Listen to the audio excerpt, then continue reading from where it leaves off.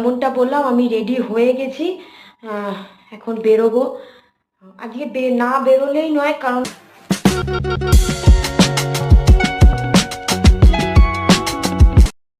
Good morning guys, welcome to my channel. আশা করি তোমরা সবাই খুব ভালো আছো, সুস্থ আছো, আজ জাস্ট ফাটাফাটি আছো। আজকের ব্লগটা আমি এখান থেকেই শুরু করছি, তো চলো ব্লগটাকে শুরু করা যাক। অ্যাজ ইউজুয়াল আমি আমার রুমটা পরিষ্কার করছিলাম, তো হঠাৎ করেই কেন জানি না আমার খুব অ্যাকচুয়ালি আজকে না আমার 2-3 দিন ধরেই এটা খুব ইচ্ছা করছিল, আমার একটু পায়েস খেতে ইচ্ছা করছিল। তো আজকে সকালে যেন ক্রেভিংটা আরও বেড়ে গেল হঠাৎ করে। তো মাকে গিয়ে বললাম একবার, মা বললো ঠিক আছে দাঁড়া দেখছি, যদি পারি তোকে এক্ষুনি করে দিচ্ছি। বাট কেন হলো, মানে 2-3 দিন ধরে আমি ভাবছিলাম মাকে বলবো একটু পায়েস করে দাও, পায়েস করে দাও, বাট হঠাৎ করে যেন এখন ক্রেভিংটা ফাট করে বেড়ে গেল। আমি মানে আমি বললাম না, মাকে গিয়ে একবার বলি, দেখি মা যদি করে দিতে পারে। মা বললো দাঁড়া দেখছি, আমি যদি পারি আমি এক্ষুনি তোকে করে দিচ্ছি। তো চলো মা দেখি মা গিয়ে শুরু করছে কিনা। তার আগে আমি আমার রুমটাকে একবার ভালো করে পরিষ্কার করে নিই, তারপরে একেবারে নিচে যাব। ও বসিয়ে দিয়েছো? তো যেমনটা আমি বলছিলাম, আমার একটু পায়েস খেতে ইচ্ছা করছিল, মা ফার্স্টেই আজকে পায়েসটা বসিয়ে দিয়েছে। আর এখানে হচ্ছে কুচো করে, এটা কুচো করেছো তো, কুচো করে কাজুটাকে একদম কুচো কুচো করে কেটে নিয়েছে। আর এখানে হচ্ছে মা যেটা করে আর আমার যেটা খুব ভালো লাগে, এটাতে টেস্টও আসে, অনেকেই হয়তো এরমভাবেই বাড়িতে করো, চালটাকে ধুয়ে নিয়ে একটুখানি ঘি দিয়ে মাখিয়ে নেয় চালটা দুধে দেওয়ার আগে। জিভটা লকলকাচ্ছে মা আমার এখনই।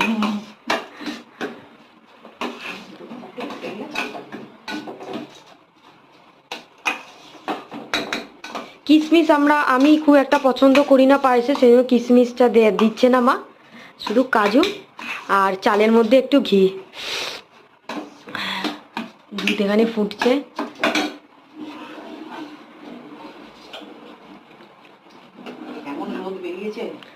বাপরে, 4 দিন বৃষ্টি হচ্ছিল, কত অশান্তি, আর এখন আবার রোদ।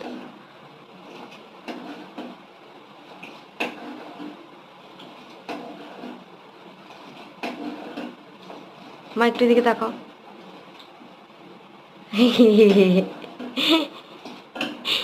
মেয়ের পছন্দের জিনিস রান্না করে কেমন লাগছে? হ্যাঁ ভালোবাসো। আমার 2 দিন ধরে কেন জানি না খুব ইচ্ছা করছিল পায়েস খেতে, সেই জন্যই তোমাকে বললাম কালকে রাত্রে। চলো মা এখানে পায়েস রান্না করুক, আমি আমার কাজগুলো কমপ্লিট করি।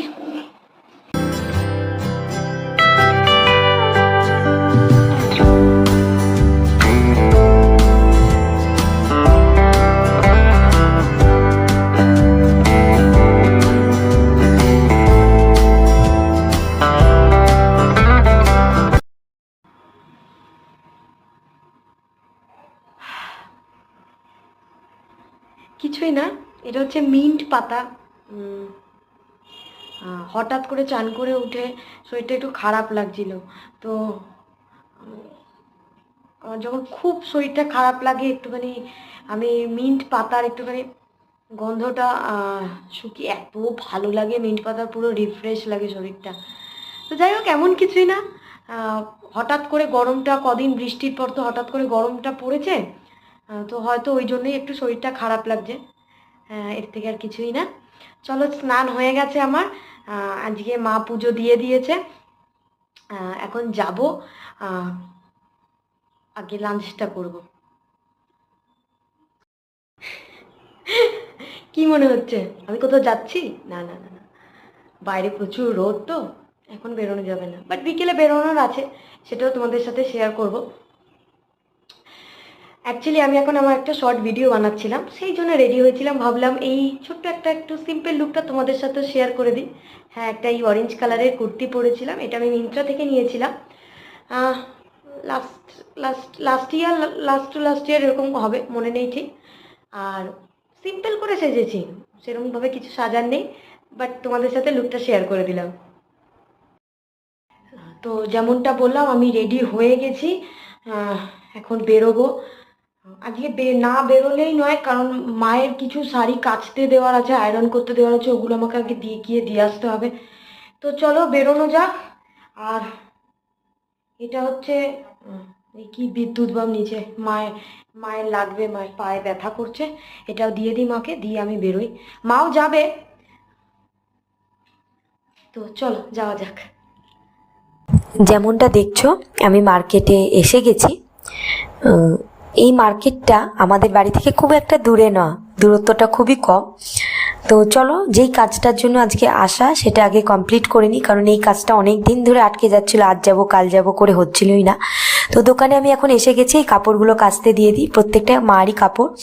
তো ছোট থেকে জানো তো দেখে আসছি মা নির্দ্বিধায় এই দাদার দোকানে প্রত্যেকটা শাড়ি কাচতে দিয়ে আসে, সেটা কাঁচা বলো, পলিশিং বলো, ড্রাই ওয়াশ বলো, প্রত্যেকটা জিনিস দাদা খুব ভালো করে দেয়।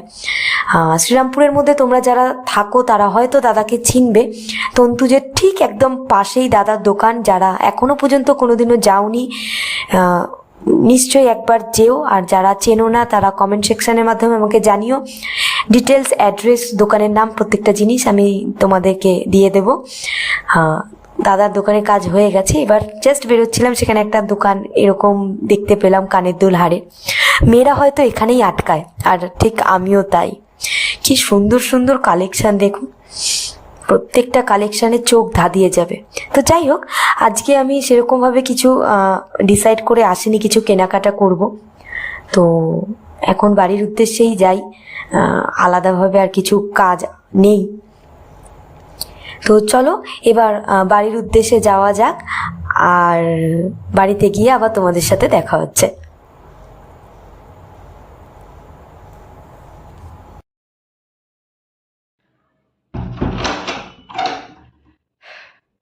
তো এই জাস্ট কিছুক্ষণ আগে বাড়ি এলাম, ফ্রেশ হলাম, এবার নিচে যাব, কারণ আজকে মা বানাচ্ছে মায়ের হাতের স্পেশাল আলুর পরোটা।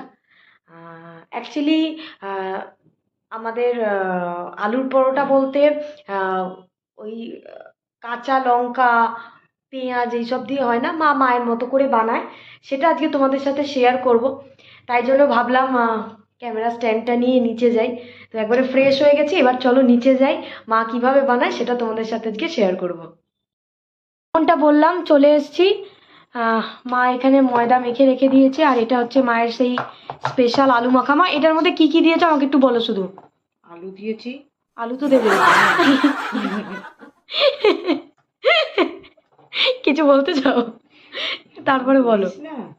তারপরে শুকনো লঙ্কা ভাজা, হ্যাঁ, আর জিরে ভাজা, জিরে ভেজে গুঁড়ো করে, গোটা জিরে ভাজা করে তারপরে গুঁড়ো করে এর মধ্যে দিয়েছি, আর 1 চামচ ছাতু দিয়েছি। আচ্ছা, আর নুন? আর নুন তো দেবেই, নুন আর অল্প করে চিনি দিয়েছিলে। আমি হ্যাঁ ঠিক আছে। আর এটা হচ্ছে মা এখন পুরটা লেচির মধ্যে ভরছে। আলু পরোটা আজকে আমাদের স্পেশাল। এই একটা হয়ে গেল, সবকটা রেডি করে নি। কোথায় হলো একটা? এই তো এটা হয়ে গেল। আচ্ছা, একটা হয়ে গেছে, পুর ভরা হয়ে গেল। আগে পুরগুলো ভরে নি, তারপরে ভাজবো।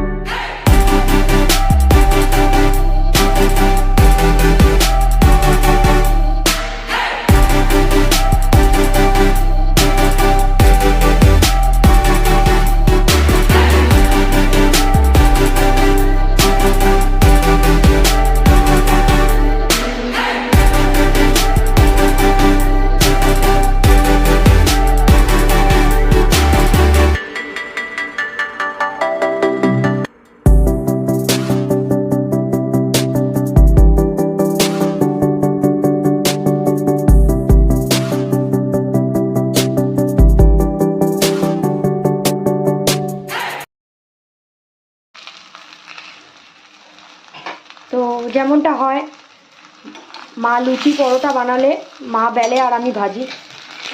তো এখন আমি ভাজতে এসেছি।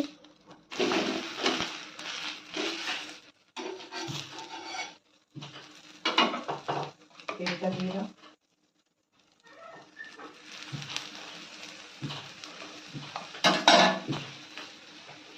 এক্ষুনি পড়ে যাচ্ছিল।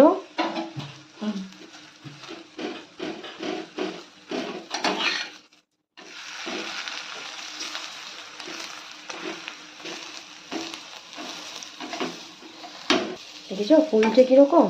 এটা হচ্ছে আমার স্টাইল। এটা দিয়ে দাও। এরকম ভাবে ভাজতে লাগে, তারপরে এরকম ভাবে ফুলবে পরোটা।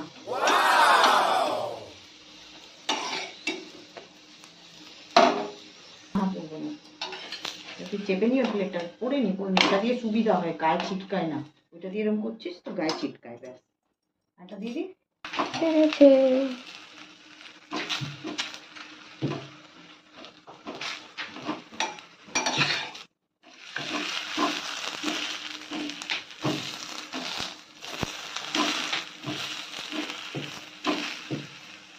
এখন বাবার জন্য আগে হচ্ছে, তারপরে আমি আর মা আমার দুজনেরটা ভাজবো। তোমার বেলা হয়ে গেছে? দাঁড়া, হয়ে গেছে এটা। আলুর পরোটা একটু কড়া করে না ভাজলে না খেতে ভালো লাগে না। আচার নিবি তো? হ্যাঁ, বাবা নেবে কিনা জিজ্ঞেস করো বাবাকে। বাবা আচার খাবে না। আলুর পরোটা একটু আচার সস এইসব দিয়ে খেতে ভালো লাগে। তো এখানে আমার আলুর পরোটা রেডি, ডিনার। আর এখানে মা এক্সপেরিমেন্ট করতে কি করেছে, চাটু ননস্টিকে না করে রুটির চাটুতে পরোটা ভাজ দেখিয়ে।